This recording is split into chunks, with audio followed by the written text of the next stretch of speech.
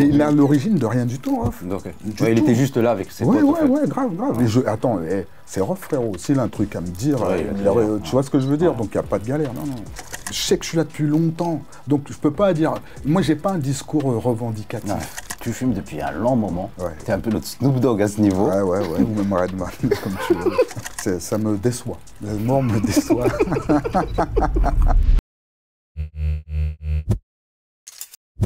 Salut Busta, comment ça va? Ça va bien, merci, super.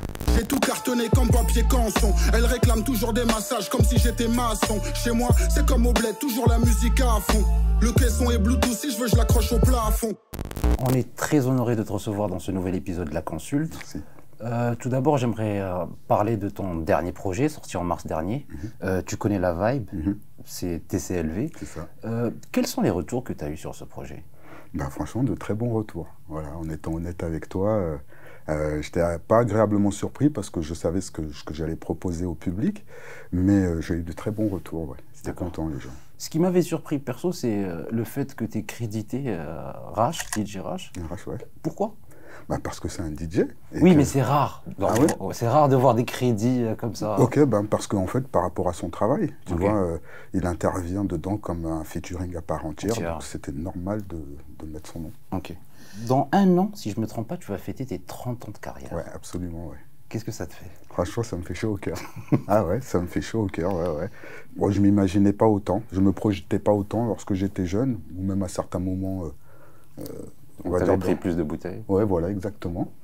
Donc, franchement, je suis content parce que il se passe des choses et il va s'en passer encore d'autres. Et là, pour le coup, je vais vraiment le fêter et kiffer ça, quoi. Qu'est-ce que tu nous projettes, qu'est-ce que tu prépares pour célébrer ces 30 ans? Ben, il va y avoir un coffret qui va sortir normalement, qu'on est en train de mettre en place, qui va regrouper 30 ans de rap de Bustaflex. On va dire... Tous tes projets? Non, tu vas comprendre comment on a fait le truc, ça tue. En fait, ça va être 3 vinyles ou 3 CD. De toute façon, ce sera du physique aussi, bien sûr, mais on va se concentrer sur le vinyle, parce que ce sera en partenariat avec Warner, donc c'est eux qui ont la plupart de mes albums. Donc, il va y avoir un vinyle de 95 à 2005, 2005 à 2015 et 2015 à 2025, voilà. Donc, en disant qu'il y aura... 3 décennies. Absolument. Disons qu'il y aura une dizaine de titres par décennie, donc c'est parfait. Aujourd'hui, quel souvenir tu gardes de tes débuts, de tes premières apparitions en 1995? Alors, quel souvenir j'en garde? On va dire beaucoup de naïveté. Tout de suite, c'est le mot qui me vient tout de suite à l'esprit. Naïveté, spontanéité, fraîcheur. Voilà, c'est ce que je repense de ça. Voilà. Mais j'aimerais revenir un peu sur tes débuts, si ça ne te dérange pas. Bien sûr, non. Bustaflex, c'est la contraction de Busta Rhymes, mais aussi Funkmaster Flex. Ouais. Pourquoi ces deux noms? Tout simplement parce que lorsque un jour je regardais des dédicaces dans un CD de rap, je ne sais plus lequel, et j'ai vu le nom Busta. Je fais, putain, il est bien ce nom-là et tout.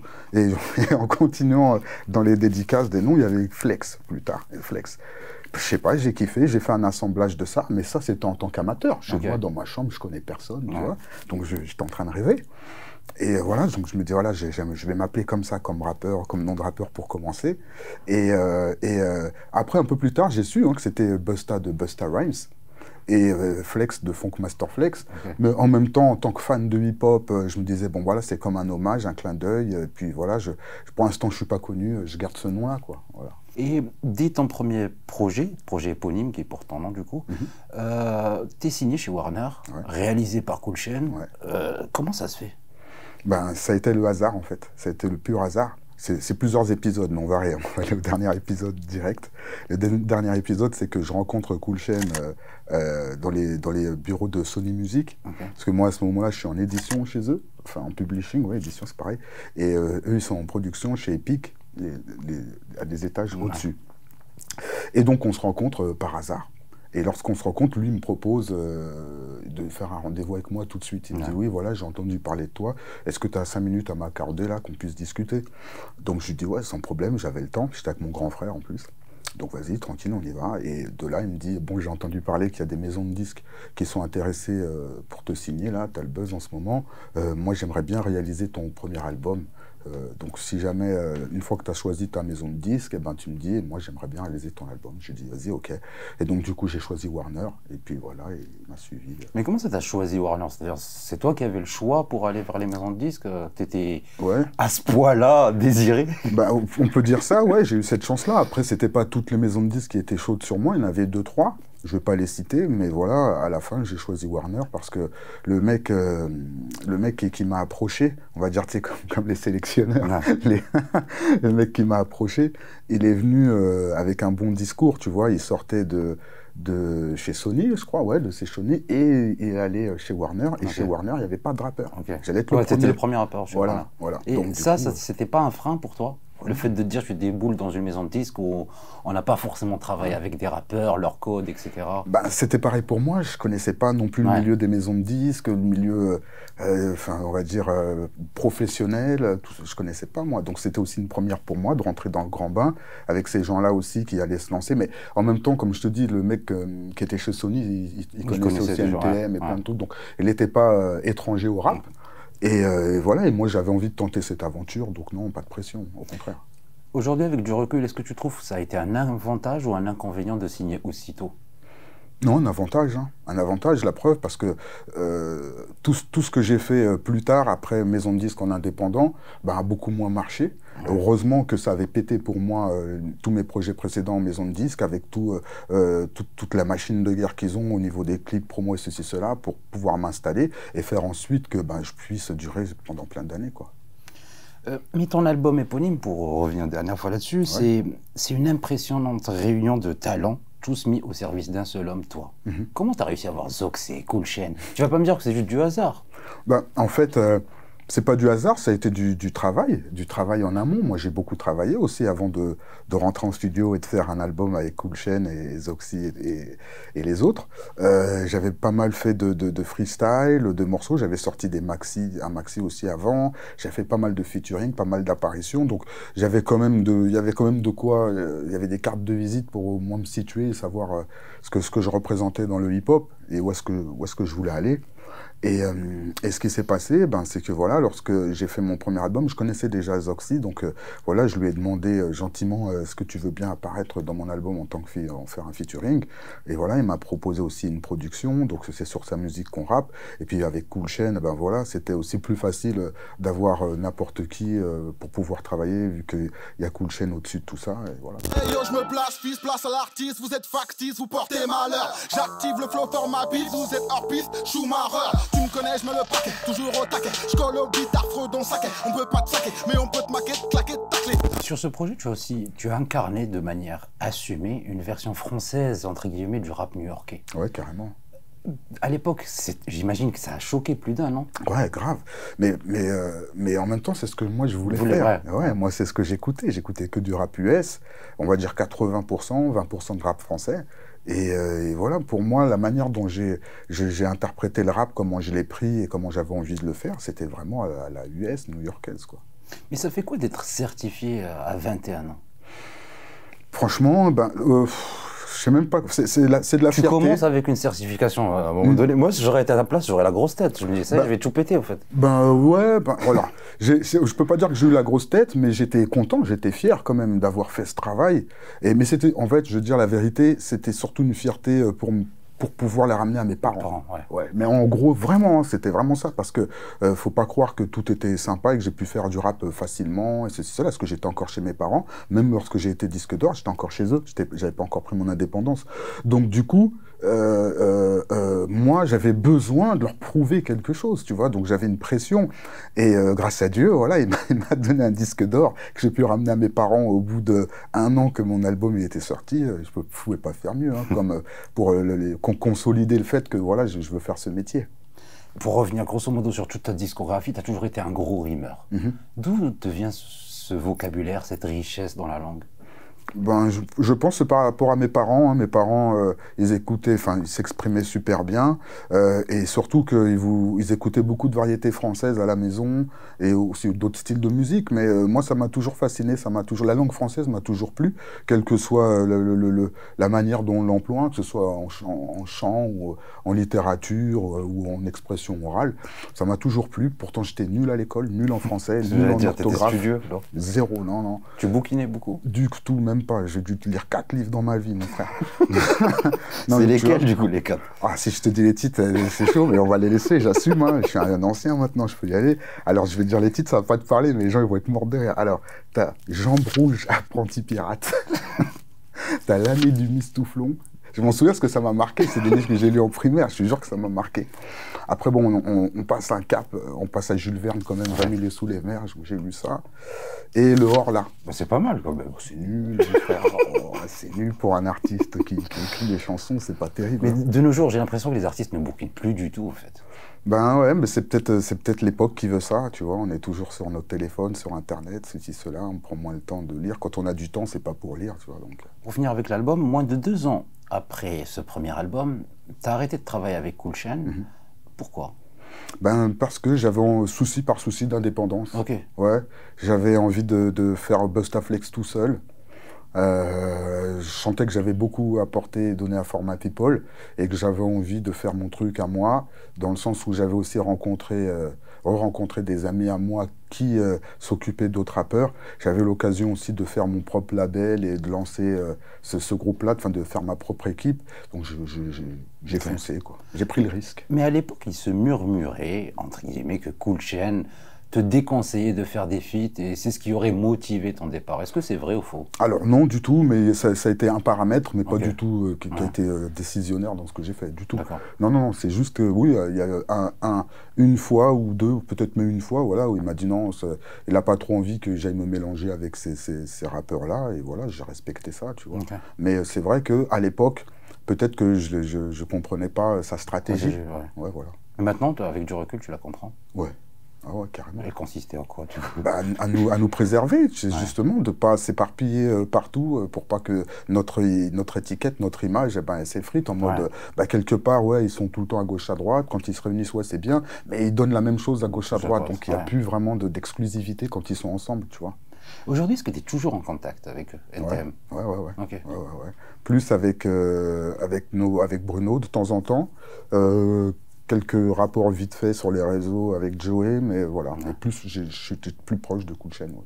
Une collaboration, une nouvelle collaboration serait envisageable entre vous deux? Du tout, non, je pense pas. Pourquoi? Parce qu'il a mis tout ça à côté, c'est fini. Okay. Tu as toujours été influencé par la East Coast, si je ne me trompe pas. Quel est le regard que tu as aujourd'hui sur cette scène, son évolution? Comment tu la trouves? Ah ben, c'est un peu cassé la gueule, pour être honnête. Tu vois, je peux pas faire le mec... c'est un peu cassé la gueule. Après, je sais pas pourquoi, mais ouais, je suis un peu triste quand même, parce que on était vraiment... Enfin, comme si j'étais qu'un j'étais avec eux. Enfin, moi de mon côté, je voyais qu'on avait... Enfin, j'arrive pas à te dire parce que c'est ce que j'aime en même temps. Donc, c'est comme quand tu étais fan d'une équipe, tu dis on. Donc, c'est un peu pareil, tu vois. Donc, voilà, c'est pour me justifier, parce que là, je sentais que les gens, ils allaient me défoncer là-dessus. Mais quoi, il dit on, celui-là? Bref, et donc, voilà.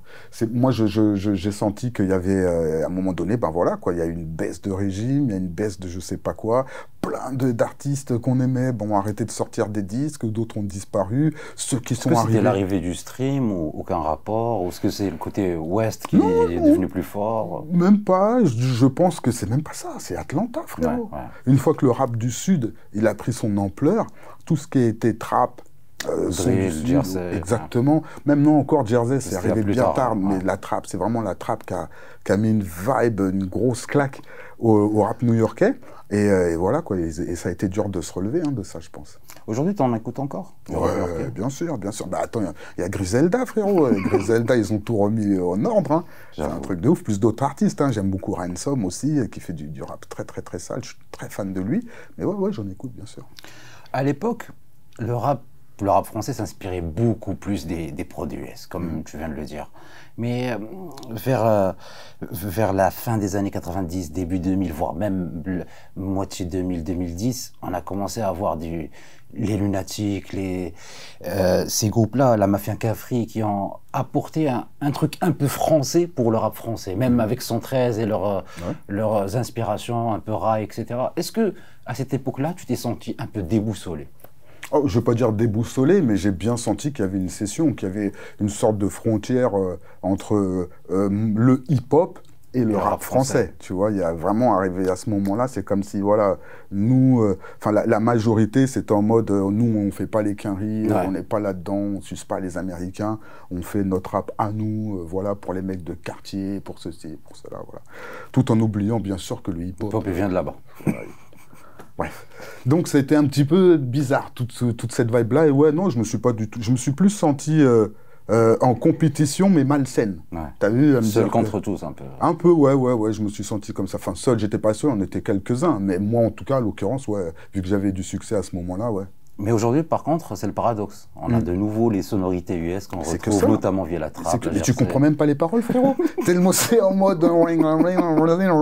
Donc, c'est pas les Français qui ont inventé ça. Donc, quelque part, ouais, carrément. Il y a toujours eu le débat rap français, rap US par rapport au texte, la facilité à jouer avec le temps, tu vois, comment on pose, la manière de jouer avec les syllabes. Ouais. Est-ce que toi, en tant que Français, artiste français, tu trouves que c'est plus difficile de kicker en français qu'en anglais?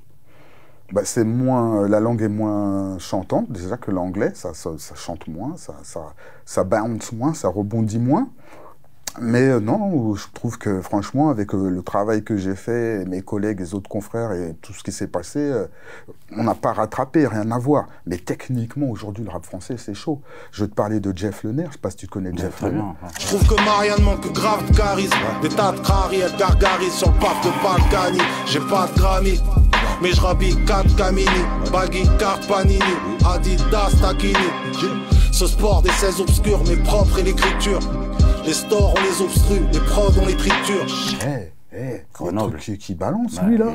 Techniquement, là, rien, là, je te parle, il y a 2 jours, il a balancé. Là, j'ai vu. J'ai envoyé un message, je lui ai dit, mais tu me rends fou, frérot. Je lui ai dit, mais il a toujours été chaud, Jeff. Ouais, mais je calculais moins. Parce qu'il avait moins de visibilité aussi. Peut-être, mais même en écoutant, peut-être que mon oreille, elle n'arrivait pas à capter son écriture, le jeu de rimes qu'il faisait, cette technique-là, parce que j'étais dans autre chose, moi. Donc peut-être, j'entendais pas. Bref. Là, récemment, depuis son dernier projet, j'ai pas le nom, mais la pochette, elle est verte. Ouais. Et c'est écrit Jeff Lenner en graphe. Et les trucs qui sortent, honnêtement, techniquement, je vois pas qui est plus fort, qu'est-ce qu'il y a au-dessus. Mais lui, là, ce qu'il donne, pour un mec de notre génération, il me régale, comme on dit, tu vois. Donc ouais. Mais lui et d'autres, hein, que ce soit Freeze Corleone ou... Enfin, je ne sais pas. Aujourd'hui, t'écoutes quoi en rap français? Pas grand-chose, malheureusement. J'écoute pas grand-chose. J'écoute, on va dire, si j'écoute du rap français, ce sera à l'ancienne. Okay. Voilà. Donc, tout le monde confondu. Mais en nouveau, ouais, j'ai écouté Freeze Corleone, j'ai beaucoup écouté Nino, je l'ai saigné même carrément, lui. Et c'est tout, je crois. Mais tu vois, Nino, c'est un peu le paradoxe de ce que tu représentais à tes débuts. C'est un artiste qui peut fitter avec X, avec Y, carrément. On le voit partout. Est-ce que tu trouves qu'aujourd'hui, c'est une stratégie qui est plus efficace qu'à tes débuts? Tu vois, le fait de se mélanger... Bah oui, bien sûr. Moi, franchement, j'ai fait beaucoup de featuring, bien sûr. Énormément. Et bon, pour revenir à lui, à la nouvelle génération, oui, je trouve ça super bien. Au contraire, c'est faux. Partage le hip-hop. Bien sûr. Puis c'est l'état d'esprit aussi. Tu vois, si le gars il est bon et que les gars ils kiffent, ils le veulent sur son truc pour apporter quelque chose, c'est aussi une marque de respect. C'est bien. À tes débuts aussi, tu as connu, entre guillemets, dès ton départ, dès tes débuts, un clash. Est-ce que tu peux revenir sur cet épisode? Ouais, à l'époque, le plus gros clash que j'ai eu, c'était avec Expression Directe. Ouais, voilà. Donc c'est ça qui faisait partie des épisodes, quand je t'ai dit, qui a suivi la rencontre avec Cool Chain. C'est que, voilà, on s'est rencontrés physiquement à un concert à Rennes, je te parle de ça en 97. Et voilà, ça s'est super mal passé, quoi. Ils m'en voulaient pour des choses que j'ai dit ou dans des freestyles, apparemment. Enfin, tout ça, je te dis ça, j'ai su ça après. Mais le jour même, quand tout ça s'est passé, je ne savais pas exactement pourquoi ils m'en voulaient. Pas du tout. Donc c'est parti en couille, bagarre et tout ça. Et donc après ça encore, il y a eu d'autres épisodes, hein. Il y a eu un épisode retour à MCM, on faisait une promo. Les chiens là. Exactement, enfin il y avait un chien, c'était pas le mien, c'était celui d'un ami à moi qui est décédé lors de cette bagarre. Il s'est pris un coup de couteau malheureusement, et voilà, ça l'a tué. Personne l'a égorgé, comme on a dire, rien, des trucs comme ça. Ça a été, voilà, le mec il s'est débattu, le chien l'a pris un coup par hasard, que du hasard. Donc ça a calmé tout le monde, ce qui fait que, voilà, à ce moment-là, tout s'est arrêté. Et ensuite, la réconciliation, elle s'est faite sur la scène de l'âge d'or en 2017, 20 ans après. 20 ans après. C'est une histoire de dingue. Donc voilà. Mais il y avait aussi Rof dans l'embrouille ou peut-être? Ouais, il était là ce jour-là. Là, j'en parle parce que personne m'en a jamais m'a posé cette question-là. C'est marrant. Ouais, il était là parce que c'était un proche d'Expression Directe. Mais de mes souvenirs, il a rien fait du tout, quoi. Mais est-ce que vous en avez reparlé? Jamais. C'est ça qui est marrant, quoi. Jamais. Presque 30 ans après. Ouais, jamais. Mais en même temps, on ne s'est pas croisé 50 000 fois, lui et moi. Est-ce que vous avez une relation quelconque ou pas du tout? Du tout, aucune. C'est ouf, et même de ton côté, t'as pas voulu forcément en reparler avec lui via des connaissances? Mais il est à l'origine de rien du tout, Rof. Il était juste là avec ses potes. Ouais, grave. Mais attends, c'est Rof, frérot. S'il a un truc à me dire, tu vois ce que je veux dire? Donc il n'y a pas de galère. Non, pas de galère. Au début des années 2010, t'as aussi produit, si je ne me trompe pas, Ornette La Frappe, tu l'as même développé. Carrément, je l'ai lancé là-dedans. Que retiens-tu de cette expérience? Plein de choses, que ce soit positive ou négative, plein de choses. On va parler plus du positif parce que c'est franchement ce qui a fait ma fierté, c'est de pouvoir le lancer dans le grand bain. Ouais, voilà. Après, il rappait déjà avant, tu vois, il avait déjà ses connexions, il avait déjà fait des feats avec Sadek ou d'autres artistes qui étaient déjà en place à l'époque, tu vois. Donc les gars lui avaient déjà donné une force. Et puis, moi, on va dire que je lui ai fait passer l'étape au-dessus, quoi. Tu vois, l'introduction dans le game, dans les médias, d'autres artistes qui voient un petit peu comment ça se passe, le temps qu'on prend pour préparer un projet, la mentale qu'il faut avoir aussi pour essayer de durer. Et voilà, quoi. Et je lui ai apporté tout ce que je pouvais lui apporter, je lui ai apporté, quoi, parce que je le kiffais vraiment. C'est un bon gars, et voilà, je voulais vraiment qu'il nique tout. Et pourquoi avoir mis fin à votre collaboration? Parce que lui, il en avait marre, je pense, au bout d'un moment, et l'herbe était plus verte ailleurs, donc voilà, il est parti pour ça. C'est vraiment ça. C'est souvent le problème qu'on a avec les artistes, dès qu'on les produit, dès qu'ils voient un peu d'oseille ailleurs. Ouais, de l'oseille, je sais pas si c'est de l'oseille dans son cas, je pense plus que c'était le temps que moi je prenais à vouloir le développer. Pour lui, ça allait pas assez vite, parce qu'il voyait d'autres artistes qui arrivaient derrière. Voilà, ça bastonnait. Puis il y a les moyens aussi, moi je le produisais, j'avais pas forcément tous les moyens aussi pour que tout le monde, je sais pas, ait du merch à gogo quand il y a des clips, des choses à mettre en place vraiment pour attirer le plus de gens possible. Tu vois, moi j'étais vraiment dans l'artistique, et puis avec mes petits outils de cordonnier, tu vois, pour bien le préparer, alors qu'eux ils étaient déjà dans des smartphones et dans des autres vibes, tu vois, c'est une autre génération, un autre délire. Bref, et donc, mais en même temps, tu sais, moi j'ai fait la même, je suis parti de Format People. Est-ce que c'est finalement un peu ce que tu as fait avec Couchette à l'époque? Moi ça m'a cassé un peu les couilles, mais en même temps je me suis dit, voilà, il est jeune. Il veut voler de ses propres ailes. Voilà, donc j'ai pas le droit de lui dire non, tu restes.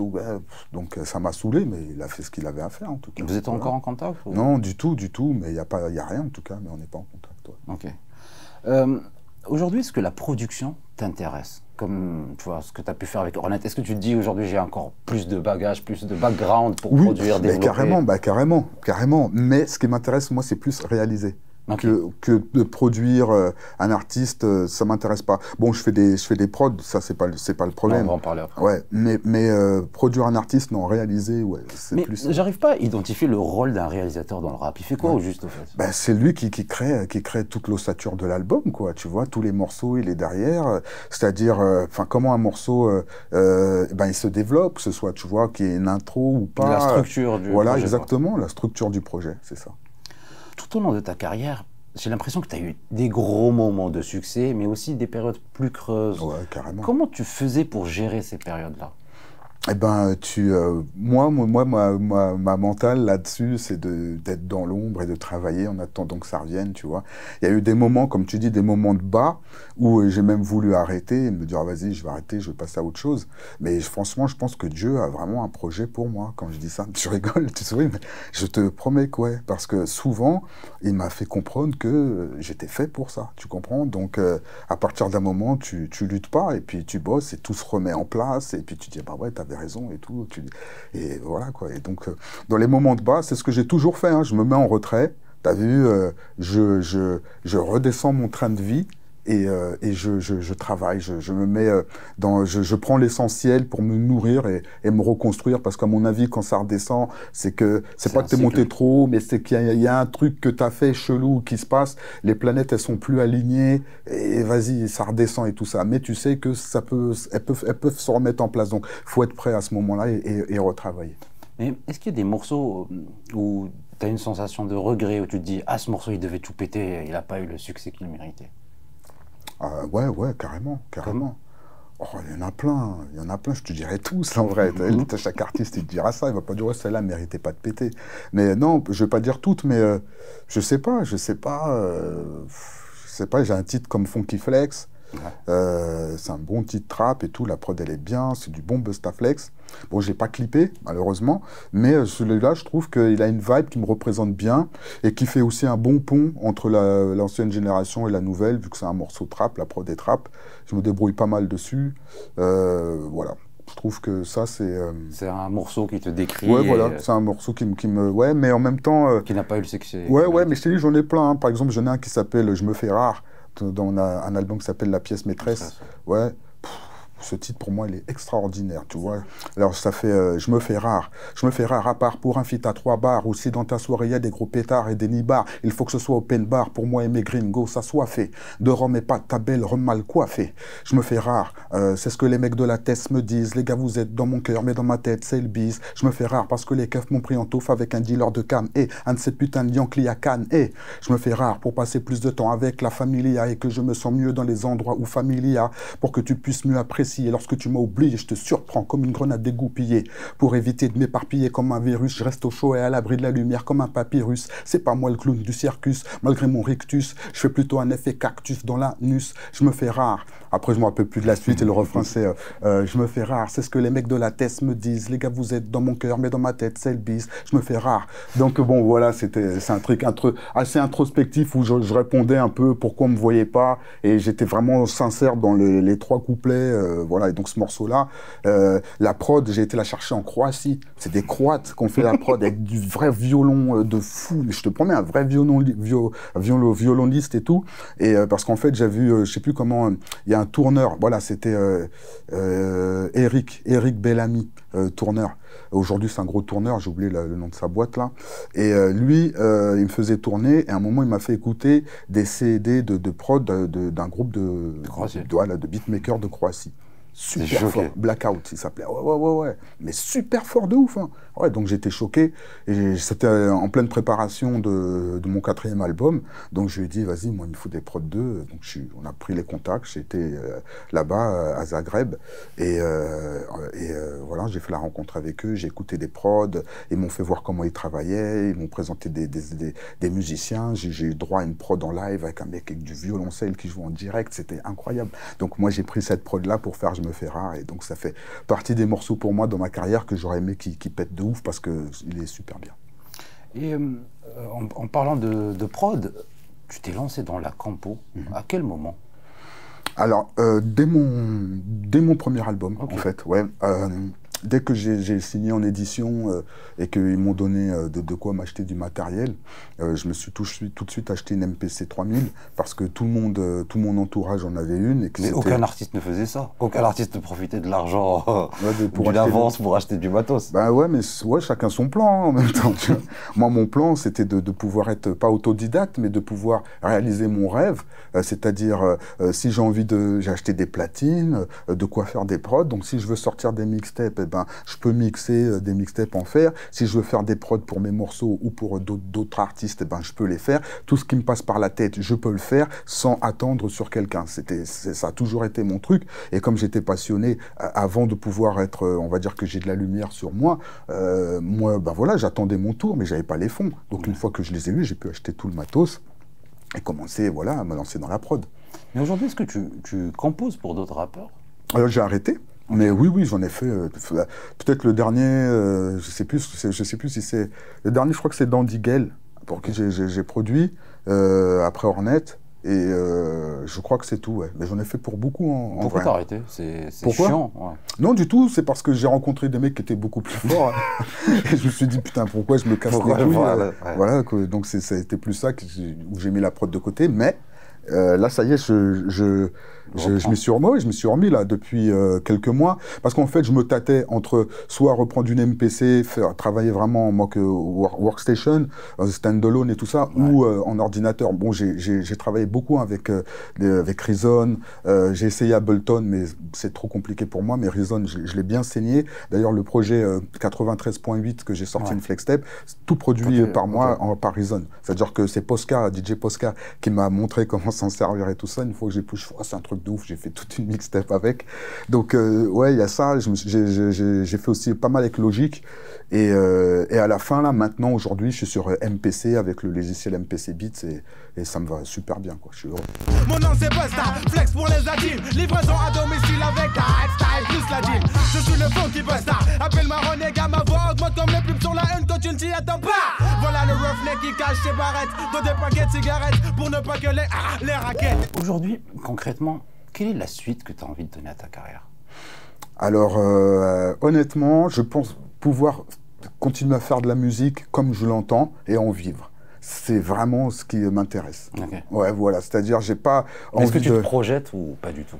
Est-ce que tu te donnes une date de péremption? Bah alors, le souci, c'est à chaque fois que j'essaie de m'en donner une, bah, je vois qu'il y a des rappeurs plus vieux que moi qui continuent. Donc je me dis, bah, c'est bon, j'ai encore de la marche, tu vois. Donc je suis pas si vieux que ça. Mais il y a aussi, je voudrais être cohérent, tu vois. Je veux pas être tout seul dans mon délire à sortir à faire des queutrus et puis qu'on dise, ah, t'as vu le mec à l'ancienne là-bas, il rappe. Ouais.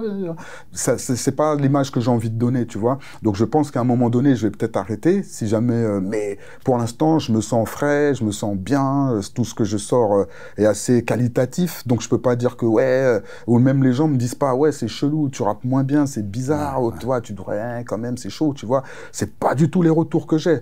Donc et en même temps je travaille, donc c'est pas du hasard.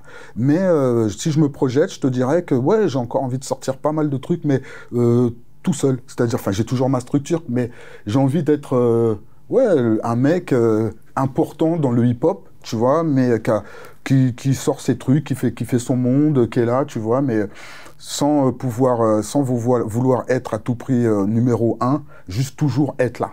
Voilà, c'est ce qui m'intéresse. Mais aujourd'hui, tu es considéré comme l'un des piliers du rap français. De ton côté, quelle est la place que tu t'accordes dans le game? Honnêtement, j'adore tes questions. Je te le dis, depuis tout à l'heure, ça me régale, j'adore. Parce que tu me poses des questions qu'on ne m'a jamais posées et ça me touche, c'est super. Alors, tu peux me la reposer, parce que je t'ai dit ça, mais... Je te disais que tu es considéré comme l'un des piliers du rap français, à juste titre, mais de ton côté, quelle est la place que tu t'accordes dans le game? Eh ben, la place que je m'accorde, honnêtement, elle est très minime, en vrai, quelque part. Parce que on me donne rarement mes fleurs, t'as vu, contrairement à d'autres. Donc, moi, je suis plus dans un truc où je me dis...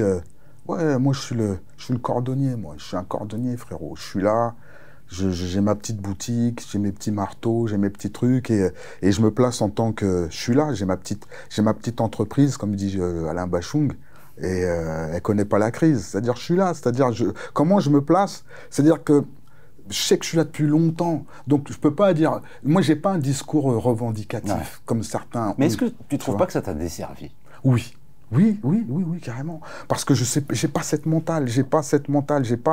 Tu te vends pas, en fait. Ouais, mais c'est dommage pour un artiste. Ouais. J'en suis réel, j'en suis conscient plutôt, j'en suis réel, j'en suis conscient.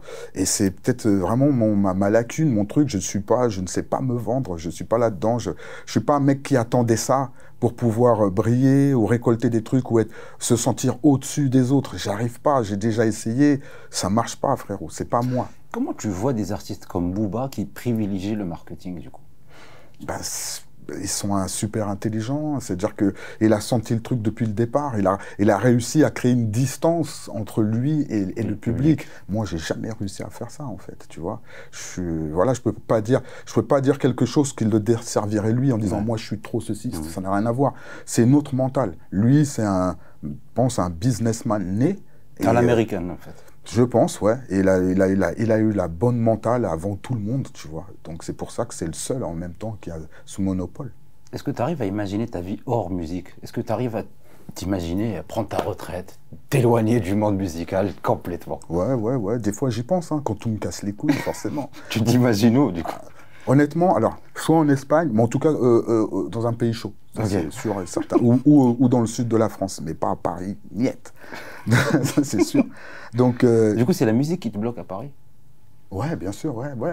Bah, la musique, ça me bloque, oui, parce que c'est stratégique, j'ai toujours été là. Paris, Ben, ouais. Oui, puis c'est chez moi. Donc, toutes mes connexions, tout se passe là la plupart du temps. Après, bon, j'en ai pas mal en dehors de Paris aussi, mais tout se passe là. Donc, je sais que je vais perdre quelque chose. J'ai le sentiment, l'impression de perdre quelque chose si je pars de Paris. Mais en même temps, quand je suis en vacances avec ma famille, et que je ne suis pas à Paris, j'ai envie de vivre là toute ma vie. Okay. Donc, tu vois. Parler un peu de ta vie perso, si je ne me trompe pas. Tu as découvert les joies de la paternité en 2020. Ouais. Quelle est ta vision aujourd'hui de la paternité? C'est magnifique. C'est magnifique. Je redécouvre la vie. Je me dis pas j'aurais dû être papa plus tôt. C'est plus que je comprends ce que c'est d'être père et c'est magnifique. Ouais. Tu vois, je kiffe ma vie. Tu penses pas que tu aurais dû être papa plus tôt? Non. C'est une grande phrase pour moi parce que moi je me dis il fallait l'avoir même plus tôt. Tu vois. En même temps, oui, mais ça c'est plutôt, c'est plutôt égoïste dans le sens où par rapport à l'énergie, on va dire que ça te prend quand tu l'as plus tard. Moi, c'est ce que je me dis, parce que moi, il me rend ouf, hein, il me fatigue, tu peux même pas imaginer à quel point. Mais je me dis que si je l'avais eu plus tôt, ouais, j'aurais peut-être été plus frais pour être dans certains trucs. Mais ta carrière aurait été en stand-by, peut-être. Mais voilà, et puis j'étais pas prêt, c'est tout simplement ça, en fait. J'étais pas prêt à avoir un enfant plus tôt. Il arrivait à point nommé, et c'est parfait. Quelles sont les valeurs que tu as envie d'inculquer à ton enfant? Honnêtement, avant tout, le respect, hein, qu'il soit respectueux de tout. Pas seulement des personnes, mais de la planète, tu vois. Je veux qu'ils comprennent qu'il y a Dieu au-dessus de lui, que Dieu a tout créé, et que lui, il fait partie de ce paysage-là, de ce monde-là, et qu'il doit savoir qu'il est tout petit par rapport à tout ce qu'il y a eu avant lui, et qu'il y aura après lui, et qu'il y a sur cette terre. Donc déjà, je veux qu'il soit respectueux de tout ça, tu vois, qu'il soit respectueux de ça. Et ensuite, je pense que la vie lui inculquera certaines valeurs que j'aurais pas besoin de faire. Parce que par expérience personnelle... C'est par nos erreurs qu'on apprend au final. Ouais. Moi, j'ai beaucoup été bridé. J'ai eu une éducation très, très, très sévère. Justement, c'est la question suivante. Ouais. Au début des années 2000, tu avais accordé une interview aux Parisiens où tu revenais sur ça. Tu disais que tu avais une éducation un peu stricte. Ouais. Mais d'une certaine manière, ça t'a protégé de ce qui se passait dans les quartiers et la rue. Ouais. Est-ce qu'au final, tu estimes aujourd'hui avec du recul que ce n'était qu'un avantage ou aussi un inconvénient? Alors aujourd'hui, avec du recul, je te dirais que c'était un avantage. Okay. Parce que sinon, j'aurais pas eu le recul que j'aurais aujourd'hui. Peut-être que je me serais lancé dans des choses qui ne me concernent pas juste pour pouvoir les vivre ou pour pouvoir appartenir à un certain groupe, choses comme ça, tu vois. Donc, je pense que mes parents et la musique m'a vachement protégé, hein, m'a vachement protégé tout ça, mais surtout mes parents. Il me faisait trop peur, mon père, tu vois, pour que je puisse faire des conneries ou affronter son autorité ou quoi que ce soit. J'ai affronté son autorité juste en faisant de la musique, tu comprends? C'est-à-dire en disant... en essayant de négocier avec lui, de me laisser ma chance et que tu seras pas déçu, tu vois. Mais t'as vraiment négocié les termes comme ça? Genre, donne-moi un laps de temps, je te montre ce que je vaux. Bah, je ne l'ai pas dit, on va pas dire avec les mots comme ça, mais c'était un l'idée. petit peu... Ben ouais, c'était un peu l'idée, parce que l'école, ils voulaient pas de moi, parce que j'étais trop dans la musique. C'était à quel niveau, quelle classe? J'étais au lycée, en bac pro, Okay. Et donc à partir de là, je commençais déjà à aller beaucoup en studio, comme je t'ai dit, 15 ans et 15 demi, ans, 16 ans, 17 ans, tu es encore un peu à l'école. Et en même temps, moi j'allais beaucoup en studio, je ratais beaucoup de cours pour pouvoir enregistrer, être là, faire des choses. Et donc du coup, l'école, à un moment, ils ont convoqué mes parents, leur disant que bon, on est bien content qu'ils fassent de la musique, mais les résultats scolaires, ils sont pas là. Donc à un moment donné, on peut pas... Faire le choix, Voilà, donc c'est soit ils choisissent la musique. Donc à partir de ce moment-là, mon père m'a dit, ben, si tu arrives à avoir ton BEP, CAP, vas-y, je te laisse. Fais ce que tu veux. Ouais, voilà. Donc tu as eu le bébé. J'ai charbonné. Les 2 mois, tu rigoles, frérot. Je te jure que c'est vrai. C'est pas un exemple à suivre, hein. Mais comme quoi l'humain et le cerveau, mais c'est un outil de dingue, tu vois. J'ai travaillé les 2 mois avant le bac, avant le diplôme plutôt, avant le brevet. C'est-à-dire, j'ai travaillé avril, mai, juin, ça a été le truc. Je l'ai Finish. Ouais. T'imagines, alors que j'avais rien foutu de toute ma vie. J'ai même pas le brevet des collèges. Il y a un proverbe marocain, il dit qu'on est tous un peu comme du cumin, qu'il faut frotter pour avoir l'odeur. C'est un peu ça, en fait. Bah ouais, je pense aussi. Puis je pense qu'on est souvent fort quand on est dans l'urgence. Quand on est dans l'urgence au dernier... Ouais. À ce moment-là, ton cerveau, il fait des trucs, tu serais même pas... T'étais pas prêt. Tu fumes depuis un long moment. Ouais. T'es un peu notre Snoop Dogg à ce niveau. Ouais. Ou même Redman, comme tu veux. Est-ce que tu as déjà essayé d'arrêter? Ouais. Bah, pour avoir mon fils, j'ai essayé d'arrêter à un moment, parce que ça a joué dans mes résultats biologiques, je sais pas comment on dit. Et donc j'ai même été voir un hypnotiseur et tout ça, hein, pour arrêter de fumer et tout ça. Bon, ça n'a pas marché vraiment. Ça a marché, on va dire, 24 heures, presque 48. Mais ma femme, elle m'a dit... T'es insupportable, fume. T'as tout... Voilà, t'as les mêmes mots. Elle m'a dit, vas-y, reviens toi-même, là, ça va pas du tout. Donc c'est ce qui a fait que le truc... Et bon, bref, et voilà, j'ai quand même eu mon fils, donc c'est génial. Et aujourd'hui, est-ce que t'as pas peur par rapport à ton fils, par rapport à la fumette? Est-ce que t'as pas envie qu'il te voit fumer? Est-ce que tu vois, c'est des questions que tu te poses? Ah ouais, bien sûr. Non, mais je le fais rarement devant lui, il me voit pas. Hein. Comment t'expliquer ça? Bon, il a déjà vu, c'est impossible, il va avoir 4 ans, en 4 ans, jamais il voit de la fumée ou un truc, c'est impossible, j'ai tout essayé, c'est pas possible. Il sait, mais je le fais pas devant lui délibérément. Tu vois, c'est si il me grille, mais en général, il sait pas ce que je fais, quoi. Il sait pas, même le mot cigarette, je le dis pas. Dans ma bouche, fumer, je le dis pas. Devant lui. Et est-ce qu'il sait que son papa fait de la musique? Oui, il sait. Il sait. Il sait que c'est mon travail. Parce que quand je dis je vais travailler, donc il me dit tu vas chanter, je peux venir et tout ça. Donc ouais, il sait. Parce que les enfants, généralement, ils aiment danser, chanter. C'est un peu le cas de ton fils? Ouais. Il adore ça. Bah, d'ailleurs, mon prochain clip qui va arriver, il est dedans. À la fin, il est dedans, ouais. Tu es aussi tatoué. Ouais. T'en as combien en tout? Bon, je n'ai pas beaucoup, hein, que mes avant-bras. Là, un tatouage pour mon père, parce qu'il est décédé, donc c'est un hommage à lui, là. Et c'est tout, mes épaules, je dois en avoir une dizaine. La nuque, le crâne? Non, du tout. Non, que le cou aussi, j'ai oublié. Non, je dois une dizaine, 10, un truc comme ça.